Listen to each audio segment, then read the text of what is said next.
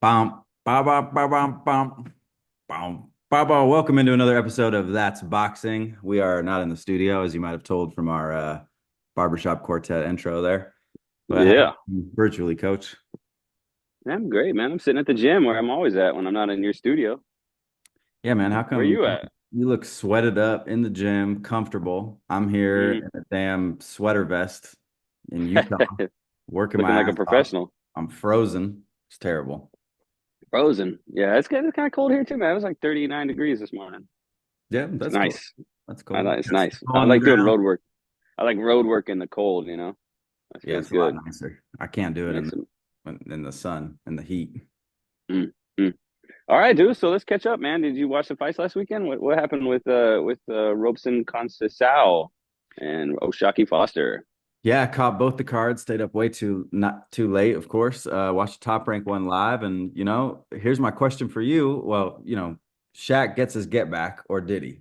Right? Mm. He walked out of there, got the belt back, got the unanimous decision win, but was it the performance that he needed? Did he really have the extra gear that we kind of thought he did immediately after their first fight? What did you think? I thought it was a much better fight than the first fight. I thought that Robeson really brought it this time. He took he took it to him. You know, I thought it was going to be Foster that was going to be trying to bring the heat and improve his performance from the previous fight, but it was actually Conceição who actually improved his performance from the previous fight and looked pretty good in there doing it. And it was a close fight, a truly close fight, a true split decision as opposed to the first one, which was obviously a robbery. So a big moral victory for Foster, but not a showcase fight by any means, and certainly not a dominant victory. Just a good victory, a fair win. But and I'm happy to see him win. But looked like he was struggling in there a little bit. I mean, sometimes he was struggling with his defense. Sometimes he was struggling with his hairdo. Yeah. It's hard to tell where that ponytail was just a little too long. Yeah, it kept flopping over his shoulder, and I guess it made him feel uncomfortable or something, and he'd flip it out of the way, but really like awkward timing and just a weird thing to do in the middle of exchanges and stuff. Yeah, yeah. Sometimes it would come around and get stuck next to his cheek in his glove, like Right. stuck in there. That's clearly distracting. We've seen guys with long hair taped up before. Bermain Stavern, famously fought Deontay Wilder twice. He Mm. had a huge dreadlock thing, but it would never come over his shoulder. It Yeah. always just stayed on his back. So if he's going to rock the long hair like that, he's going to have to figure out a way to keep it contained, keep it locked up a little bit better because that looked frustrating and annoying. And anytime your fighter's doing something that's not a boxing maneuver, fixing the hair or adjusting their trunks or wiping at a cut, anything that's going to distract them from being in their groove is going to be detrimental to their performance. So he's got to look at that hairdo for this next fight. Yeah. Yeah, I think it was like second or third round in, I texted you like maybe I thought wrong about this. Maybe I should have put faded Conceição because Olympic boxer, I think maybe I wrote him off a bit too much. I mean, partly because he looked so outclassed in the first fight. And it's bizarre. Only in boxing would you watch those two fights and say which one was the split decision? And which guy wouldn't won which one by decision? You would never pick the right one because Conceição was way better in this fight. And it was Way him, like better. that upped the game. And so, yeah, Shaq, I don't know. I think still has some work to do to figure it out. Um, yeah, Yeah. And those two guys, I mean, sometimes you see these styles make fights, and those guys could probably fight, 10 times, and they'd all be split decisions, one way or the other. Yeah, exactly. it's tough. It's tough, tough style. Well, earlier on that card, Muratai absolutely steamrolled Jesus Campos, stopped him in the second round. That looked like a mismatch entirely. Yeah, a big showcase moment for Murataya and a terrible moment for every boxing coach in the world because if you watch, it was Southpaw versus Orthodox, and the famous lead foot battle that we're always getting told. But you're watching the fights, and Timothy Bradley's going to break it down for you. He's got to get his lead foot to the outside. Well, that's the same thing we do in the gym. Everybody that boxes a little bit knows that with the Southpaw and the Orthodox, you get the open stance footwork battle going on, and you're supposed to step your lead foot, your left foot, if you're Orthodox, as Murataya was outside the right foot of the southpaw as you jab to set up the straight right hand down the middle. Okay, but this guy Moritaya, he breaks all the rules. He steps inside with his left foot. He puts it inside the right foot of Campos and drops him with a perfect 1-2 straight down the pipe, doing it the wrong way, but he sure made it look all right. So all of us coaches that live and die by the lead foot position are going to have to eat some crow and allow these kids to bend the rules sometimes when you see a guy knocking guys out with it, you know? Yeah. So, What do you think that but is? You step inside and then you twist your shoulders such that they're still square, even though your foot's inside. Maybe he just, yeah, yeah, yeah, there's I don't remember the opponent, but Noe in a way knocked the guy out the same way, a southpaw, stepping inside with the left foot to deliver the straight 1-2. So it happens from sometimes. Sometimes they don't. It might not even be intentional in the yeah, moment. They just going for the big right hand. They see it's open and they just rip it, and footwork be damned. right. But I'm training a southpaw, fight an orthodox boxer, and I'm training an orthodox fighter to fight a southpaw next weekend at the local pro boxing match. You got to come down and check it out. And so I'm in southpaw orthodox overload over here. So it's just breaking my heart to see this kid bend the rules and have success with it. But cheers to Moritaya, great showcase fight, and now he's really put himself in contention for a title eliminator at least. Yeah. Well, that fight was exciting, and the one before it, not quite as much. Nova, mascot and all, gets a split draw, but kind of no winners in a stinker fight, I think. Yeah, that was the distracted one for me. I started getting distracted and I started flipping back and forth between the cards, trying to find something happening. Yeah, it was a very, very boring fight, and I was happy to see it ruled a draw. As long as they don't run it back. Yeah, I doubt it. On to the next. Those are just, the guys like Nova, you're in that kind of that undercard, working man, fill the bill, Yeah, bring enough skill to not get killed.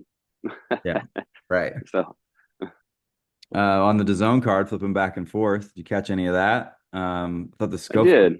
Schofield fight was really interesting. He misses the stool, gets dropped for the first time in his career in the 11th round, but overall puts on a dominant performance and gets the UD win over Garone.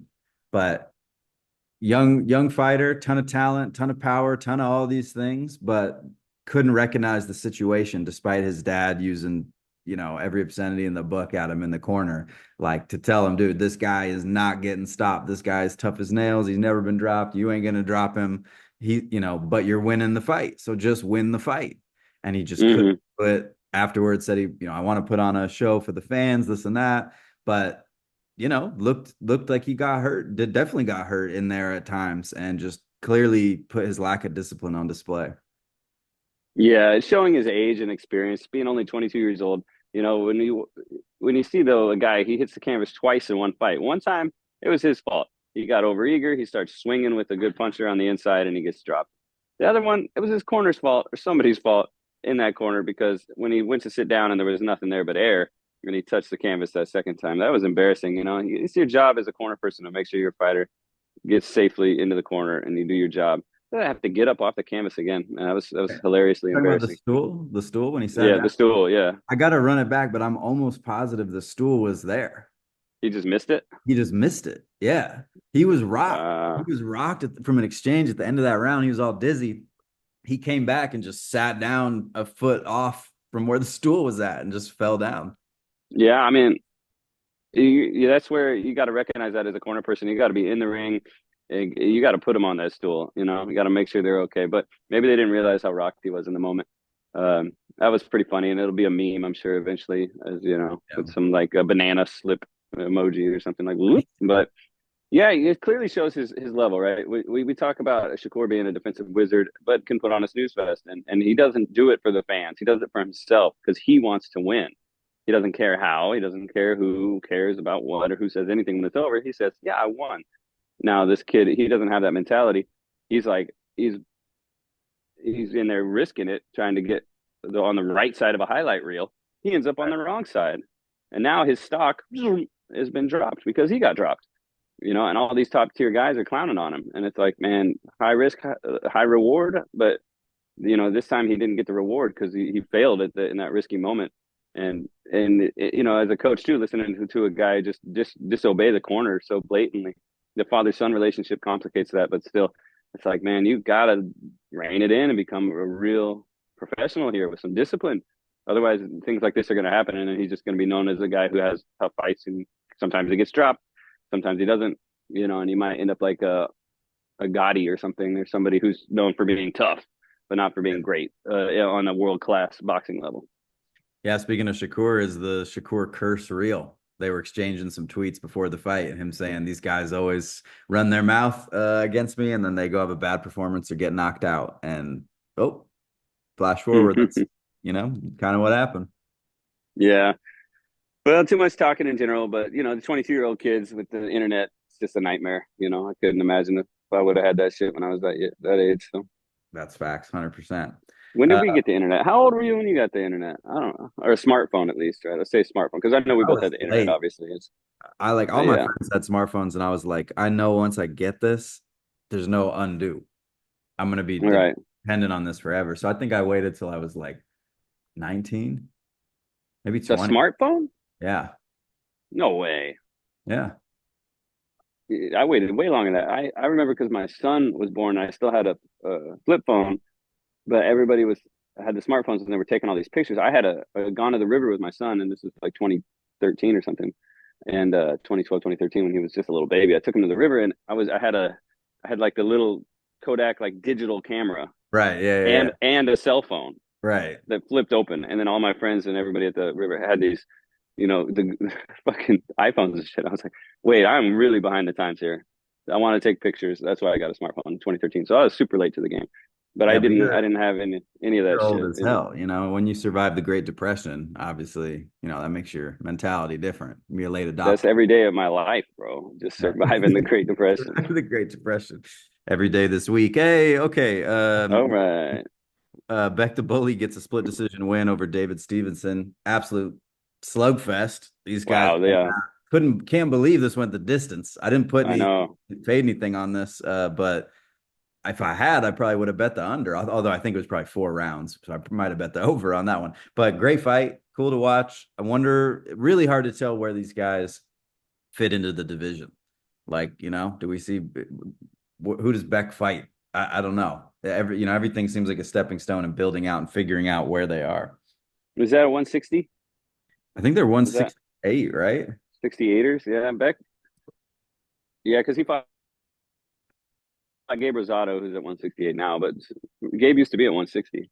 Yeah, this fight was really weird Uh, because Beck's oh, that's right. That's right. It was contract 172. And is then, like 172. Yeah, which was just so weird they did that. But normally he fights at yes, I 168. remember that. So it's like, is Beck in the Canelo lottery? I mean, I don't think so. Uh, No, no, definitely not. But that's interesting with the weight class. Yeah, I remember that now on the broadcast. They said, oh, one guy's 172. And they said, oh, well, that's just what the contract says. I'm like, what? Like, why would they contract the fight at 172 and a fighter clearly at 168? I think they drew up a new contract like that day in the locker room because somebody probably missed weight. So they were like, well, we got to rewrite this contract. That's maybe what happens. If somebody I missed think it weight, you was got to rewrite the contract it because might have now been a typo. you broke the contract. So you have to make a new one. So I think that's probably what happened is Beck missed weight and they kind of glossed over it by saying some bullshit because it was supposed to be a title eliminator, but I don't know. I don't see either of those guys making it to the Canelo lottery. No, I don't either. And that's so it's like, where do they fit in beneath that? But fun to watch him The fight. typo? That's what I thought. That's the impression I got from the. Oh, we lost coach. I'll continue the rest of the podcast by myself. Probably improve it, honestly. Don't really need him. Oh, oh, you're back. I was really gonna run with this thing. Nice work. I don't know if that was me or you, but I totally lost you for a second. I got in a lot of good info. Don't worry, while you were gone. Good, Yeah. good. Yeah, the impression I got was that it was a typo because he said, "Hey, I didn't miss weight. I didn't miss weight. Look, it says right here. It says, I hit the weight that you specified." He had a short camp. Maybe it was intentional because they knew, short camp. We don't want to make this guy cut too much, or maybe they literally just messed up. I don't know. Yeah, those last couple pounds can be really hard for some guys, but it was an entertaining fight, a slugfest for sure. And I doubted that it was going to go the distance, but not enough to put any dollars on it. So I didn't put anything on that fight at all. I just figured it'd be an entertaining. I figured Beck was maybe going to get the knockout, but now that we've seen, he's not the killer that we thought he was on the day he showed up in the sport. Yeah. Yeah, well, what was exciting, the fight right before that, Fundora gets the stoppage win to become the undisputed women's flyweight. That Phenomenal, was cool.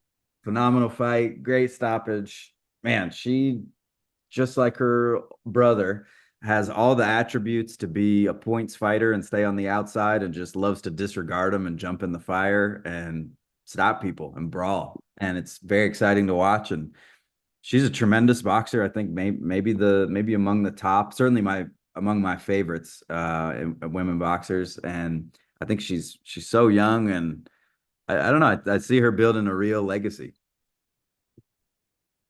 Yeah, the legacy has begun, man. Undisputed, right? That's humongous, and the youngest ever, and one of the only female to ever do it, and to do it in dominant fashion, dropping her with a straight left hand like that, huge punch. And you called it, right before the fight went on. I was on Instagram looking, and I saw your post, and I said, okay, I'll jump over there and see what DraftKings can do for me. By the time I got to it, it had increased the odds to Wow. plus 650. Woo! Yeah, so I just threw my old dollar bill down on that one, and 20 minutes later, covered all the bets I lost for the rest of the day. Well, we did pretty well on the day. We got Shaq, we got Marataya, we got Schofield by decision, and we got Fundora by KO. So we did Yeah, pretty yeah, good. took care of business, man. It was a fun day of boxing for sure. A little frustrating having to switch back and forth between the zone because, like on my smart TV, you got to close this app and then go over here and open the other app, and then you got to open this, and it takes a good minute or two, and you're missing the action. I missed the old TV where you could just press that recall button and it would just go back to the channel you'd been watching, back Yeah. and forth, just regular cable style. Yeah. But this, I'm just complaining about technology today, I suppose. I'm sounding like a real old man. I No, it's want my good. old TV back. I gotta do the Apple TV and the laptop, and then I switch between those two to the projector. That's the one. So I keep Okay. both running simultaneously. But yeah, it's pain in Yes. the ass. And thankfully, this weekend they're smart enough to put fights on Friday. Still doubleheader on Saturday, but at least the main fights that most people are going to be watching, one's on Friday and one's on Saturday. We'll get to those in a second. But first, we got some news and we got some tickets to give away, right? Oh, breaking news. Breaking news. Talk about these tickets. What do we got? Ringside? Well, I think if you're in the Portland area, you are eligible to win in a grand prize raffle drawing two ringside tickets to the boxing event at the Clackamas Armory on the 16th. Had to think about it. I had to November think about it. 16th. Yeah. You're On the about 16th, 10 we got days an all away. action card. We got Lorenzo Caldera. We've got Aaron Thompson. We've got Mike McMillan. We've got Joe Aguilar. We got Miklo Arnold. We got Hayden Allen on this card. We've got lots of local talent and a whole hometown cast of heroes out here going to be putting in that hard work with 8 boxing matches. And you, loyal listener, can win those 2 ringside tickets if you do what, Dust? What do they got to do to win? Well, you just got to go leave us a nice little review. Leave us a review, Apple Podcasts, wherever you listen to your podcast, leave us a review. From what we get, we'll pick a random person and we'll make sure you Yeah, get the tickets. I you am get these tickets. stuck out of town for work, so let my despair be your profit and take my ringside tickets and get to leave a great review and help probably the best podcast that to ever exist. Wow. Wow. Win win. What an amazing offer. It really What is a What an amazing offer. I mean, these tickets are these are extremely valuable and rare tickets. This is a sold out event. There's sold no out. tickets left. I could There's certainly sell no these ringside tickets. tickets. These would be, thousands of dollars, tens of thousands of dollars. So just leave us a review, get your ticket. All right, man. Can't wait to see the creative, interesting, and brutally honest reviews that we're going to get on Apple and Spotify and YouTube, wherever you can put them, drop them. Okay. The more you put in, the more it increases your odds. So if you review every single streaming platform, then you get increased odds of winning the raffle. That's true. Make fake personalities and have those personalities review us. That's Yeah. fine. Fake personalities. Yeah. Yeah, quote unquote. Yeah. Well, let's move on to Wow, some man. news real quick now that we've blessed everyone with this tremendous offer. Happy birthday. I feel like I should shout this out. Happy birthday, Gervonta Davis. All right. Is he like 43 now? Yeah, 43.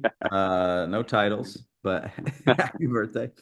Um, no, not a huge boxing week, but I saw Queensbury agreed to a deal with the Zone. That was interesting. Well, okay. Queensbury. I Well, saw you heard about your guy, Mr. Garcia, right? fighting Manny Pacquiao, apparently. No, it's this other guy. This is the rumor now, and is that it's an exhibition against this guy who's somewhere over there. Some I don't remember Zaraba or not Zarafa. That's a legit fighter, but it's something like that. You look it up right now while I'm rambling. Um, it's all but confirmed that he's going to What? be having an exhibition match in Saudi against this guy who's like 18-0 or 18-1. But he's like a built fighter. Looks like one of these. Oh, I It see. looks like a. It looks like Jaber's one of like those like when Jaber's like Floyd fought. yeah, Yeah. That's the one. Jabber. Jabber. Uh, yeah, that's who they're saying he's going to fight now, or fight quotation fight. That's so funny because 3 days ago he came out and was like, "Yeah, I'm fighting Manny Pacquiao in an exhibition. We're finalizing the paperwork right now."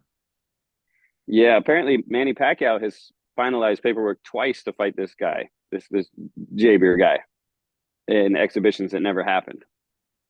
And so the speculation is that this guy is somehow attached to somebody, some management promotional company, and he's just been pushing really hard to get himself a huge exhibition fight because he's like some kind of unknown influencer boxer type guy who's got this record and he's got this stuff, but he's actually never fought anybody and he's never fought, on any legitimate promotions or anywhere. And he's just like one like pay to play kind of guy, like like when KSI fought Mayweather or whatever. Like it's just influencer boxing, essentially, um, mixed in with a little bit of legitimate boxing, like the Jake Paul thing, right? It's a little fake, a little real. So this is an exhibition. It's clearly not going to be a competitive boxing match, predetermined finish with some kind of weird stipulations and rules. Imagine telling Ryan Garcia to follow the rules, though. I don't know how that's going to work out. They say, "What are you going to say? Don't knock him out." He said, "Don't throw your left hook." You know? Yeah, this is an interesting decision for this guy. I want to read up more about him. 34 years old, 5'9", 18-0. Uh, looks like an influencer. Yeah. Look at his record. It's like all in Thailand and the Philippines, and you He's got know, a couple. He's got two in LA, which is interesting. You usually don't see any little American flags when you scroll down that box rec on somebody like this, but he's got two of them. But fighting at 130 up to 135. All right, so 12-ounce gloves gets knocked out by Ryan Garcia. On to the next. Um, yeah, that's some weird news. I don't know why any of that's happening, but I guess money talks. Money talks. Speaking of money talking in a way signs a sponsorship deal with Rhode Island season. So they're just Yeah, let's consolidating. Yeah, that now that doesn't mean he's going to Saudi to fight. I don't think he needs to leave Japan. I think that's just they're going to take some of their money over there Yeah. and do this co-promotion thing. Bring some of their they want to get their you see like after the big fights, like after Joshua Dubois, Turkey puts it out on his own YouTube channel with like his signature underneath it, like really Hmm. elegant. Like and it's like he just wants to put his stamp on these big name fights. Yeah. And so if he can pay to be a part of it and put his logo on the mat and put his advertisements on there and build it up, and then he owns part of that intellectual property where he can say, now I can this is mine, I did this, I made this happen. He puts his little signature on it and says Turkey presents Yep. Noya in a way. Yep. It's like, wow, man, talk about just like wanting to fucking be part of something, and having the money to do it. Just be like, here kid, here's $1 billion, let me put my name on your fight. It's Exactly. And crazy. eventually you've just rolled up the whole culture into your Yeah, umbrella. And you do it on the front end with hearts and minds and on the back end with all these contracts. And that's what it's all about. So interesting. crazy. We kind of keep an eye on the turkey watch. Boop, boop, boop, Turkey watch, man. Turkey timer. boop. Yep. Well, before your next client gets there, let's run through a couple cards we got going on this weekend.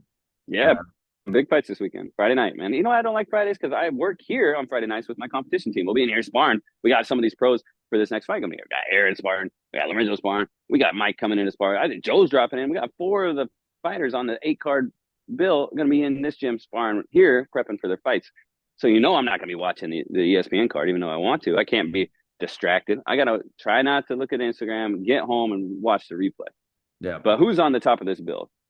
Well, they're billing it as the Davis brothers. So you got all three Davis brothers, led by Keyshawn, fighting on the same card. But the main event, Keyshawn Davis returns to Norfolk, first homecoming fight versus Gustavos Limos. Also, speaking of birthdays, Keyshawn Davis and I born on the same day, so Hmm. he's obviously going to win. Yeah. Born under a bad sign. Born under a bad sign. Great reference. Lemos, 29-1, 19 KOs, trying to rebound from the first defeat of his career, which was a UD loss to the man whose first and last names we always mix up, Richardson Hitchens, in April. Yeah, Uh, yeah, got it. yep. Lemos hasn't fought at 140 in 2.5 years. Hadn't fought during that fight. Shorter, uh, pressure fighter, compact. I think this is a question of, if you see him fight, he's got a bouncy style, a lot of leaping left hooks, very explosive. Can he cut the ring off? Uh, you know, Davis is can be a counter puncher, a stick and move kind of boxer, very slick, good footwork, but he also does have power. And I think that's the question on Mm, the fight is, can Davis find the counters with power that shock Lemos in a way that he hasn't fought somebody at that level? Lemos never been yeah. lost one just by decision. Interesting fight, I think. People really counting Lemos out of this, in my opinion. The line is way, way, way on Keyshawn, and I think it's a more dangerous fight than people are thinking. And might even fade a little on Lemos. I don't know. We'll see what the line, how the line ends, but interesting fight. Well, we've seen nothing but good stuff from Davis. We've never seen him really drop the ball. He never pulled a Schofield, and tried too hard and got dropped or anything.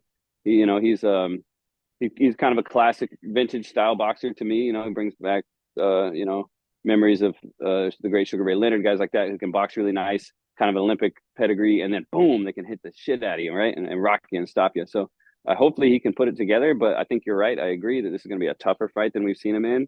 I think this is going to be a chance for him to be tested, and I think he passes the test. But I don't think that this Lemos is going to go away easy. I don't think he's going to go down either. Yeah, yeah, it might be a decision for Davis. That'd be an interesting bet, but stay tuned to our Instagram. We'll have our final picks before the fight. Davis has two younger brothers, Keon and Kelvin, also fighting on the undercard. Keon will make his pro debut against Jalen Moore. He's 1-1 with one stoppage. And Kelvin takes Yias Gabriel Solano, 15-3, kind of a journeyman and an 8-rounder. I think this is the first or second fight on the undercard. And of course, I think third up on the card is Abdullah Mason. Uh, Yeah. and I'm looking at the opponent, not super familiar with him, but I'd go ahead and lay money on the stoppage right now, pretty much. Yeah, the southpaw stopper, man. He can take care of business and he can make it look really nice. Wow, that's a really nice card, man. I bet of the three Davis brothers, I bet that at least one of them is going to get a knockout, but I don't think it's going to be the headliner. Those younger guys, especially the debuter. I saw him in the amateurs at the Olympic trials last year before, whatever that was.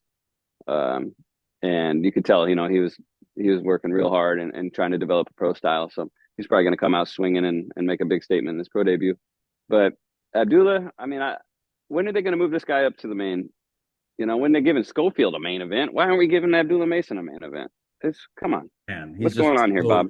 he's so young, but I think he's like 15-0 with 13 knockouts. So I'm like, man, if they keep beating him people and not stepping him up in competition, he's going to be like 50-0 with 47 knockouts. And with like 12 rounds Yeah, of like at experience. some point you got to step him up a little bit. And Yeah, you don't want to get the chosen. What's his name? We just fought Canelo. Chosen. oh yeah, Uh, Berlanga, yeah, we got all these Berlanga effect. knockouts and yeah. Yeah, too much first round action and not enough actual round, ring experience. Yeah. Well, we got T-5 minutes on my free Zoom account call here, so we'll keep it moving. That's the top rank card. Probably look for the top rank special. On Saturday, we got the DAZN card at the Wells Fargo Center in Philadelphia. Boots returns for the fight no one wanted to see. Puts his IBF welterweight title on the line against Corinne Kukajan. I practiced that. I really wrote it out phonetically here.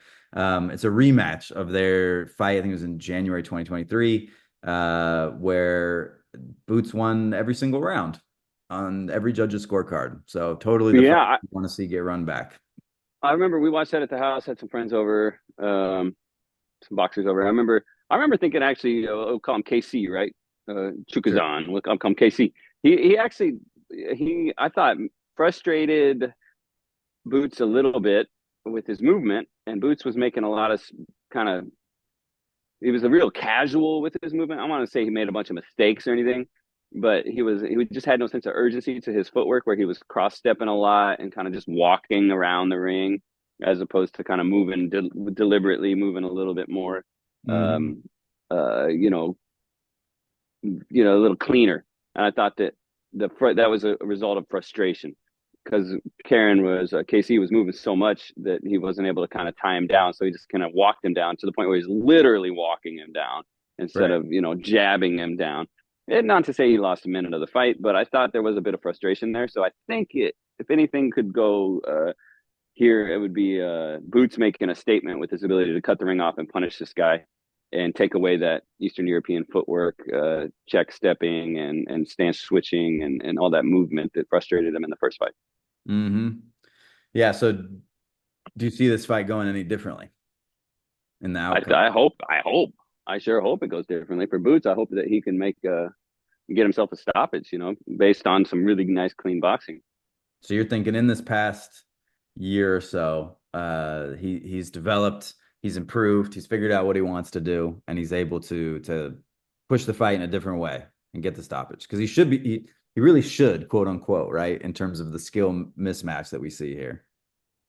Absolutely, and in boxing, rarely do you get a chance to do a rematch in a situation like this where you already won so convincingly. Now he can watch the tape and say, how can I win even better? Instead of like, oh my God, what do I have to do to fix what happened? Like imagine Tyson Fury. I know we're running out of time here, but imagine Tyson Fury. He's getting ready for a rematch. But when he watches the tape of the first fight, all he sees is mistakes. All he sees is goofing around and a bunch of bullshit. And he's like, I can't do that this time. I got to do this. I got to do that. I got to fix these problems. With Boots, he can watch the tape of the first fight with KC and say, oh, look how good I was, but this is how I can be better. This is how I can cut the ring off. And then they can study and practice and then apply that. So I think he can stop him. Yeah. Yeah. Interesting. Okay. I'm really looking forward to that fight for that exact reason, just to see, it's like deja vu. But can you alter the matrix a little bit and change it? In the co-main event, WBC junior bantamweight champion Jesse Bam Rodriguez facing Pedrazo Guevara, never been stopped. Seems like, obviously easy line for Bam. Kind of an in-between fight for him, a stay busy fight. I don't want to discount him that much, but a lot of people discounting the stoppage. I think Bam, that's his thing, stopping people that have never been stopped. And that feels Yeah, like, dude, Estrada, you yeah, know, like, El Gallo, he was one of the toughest and most rugged boxers in the sport. Now he's getting a little up there in the years, but he went down twice, three times in that fight before it was over. yep, So, I mean, this kid is a stopper, man. He's a yeah, show stopper. So, yeah, I mean, the co-main and main event, TKO or KO, that would be an excellent showcase for both fighters and entirely possible. yeah, that's how I see it as well. And then earlier on the card, Ray Ford, Alando Gonzalez. Um, Running out of time, but this is another one where, I like Ray Ford a lot. He's got tremendous skill. He's moving up in weight here after losing to Nick Ball. And, all the money pouring in on Ray Ford. Gonzalez is plus 600. I think this will be a tougher fight than people are giving Gonzalez credit for. And I'd look to play some risky bets. So our picks this week are probably going to all be like plus 500, plus 600, but that's all right. We got money from last week to play with, so it's okay. Yeah, buddy, let's go crazy. And Let's then go Puerto crazy. Rico, former junior welterweight champion. This is a different card on the same night. Subriel Matias returns to the ring to face Roberto Ramirez in a 10-round junior welterweight bout. He's making his Okay. first appearance since losing the belt to Paro in June. Ramirez, 26-3, has won 3 consecutive fights since losing to Zepeda in 2020. Mm, So it's mm. not a bad fight. A little outshined by the DAZN card. They should have pushed it to Sunday or Thursday, or these guys got to learn to not stack these cards. All right, quick picks. Most likely upset of the weekend. Ooh, Gonzalez over Ford, or really it's Limos over Kishan. That's the most likely. Wow. Okay. Most likely to touch the canvas. Vasquez fighting Abdullah Mason, no doubt. Okay. And fight of the weekend. What's the most likely fight of the weekend? Let's just all together. What's going to be the most entertaining fight of the weekend? Probably Bam, but You just I hope it's Boots. Boots is, in my opinion, is either gonna be a boring fight where he can't trap this bouncy ball in the corner, or he's gonna just dominate, and we're gonna say,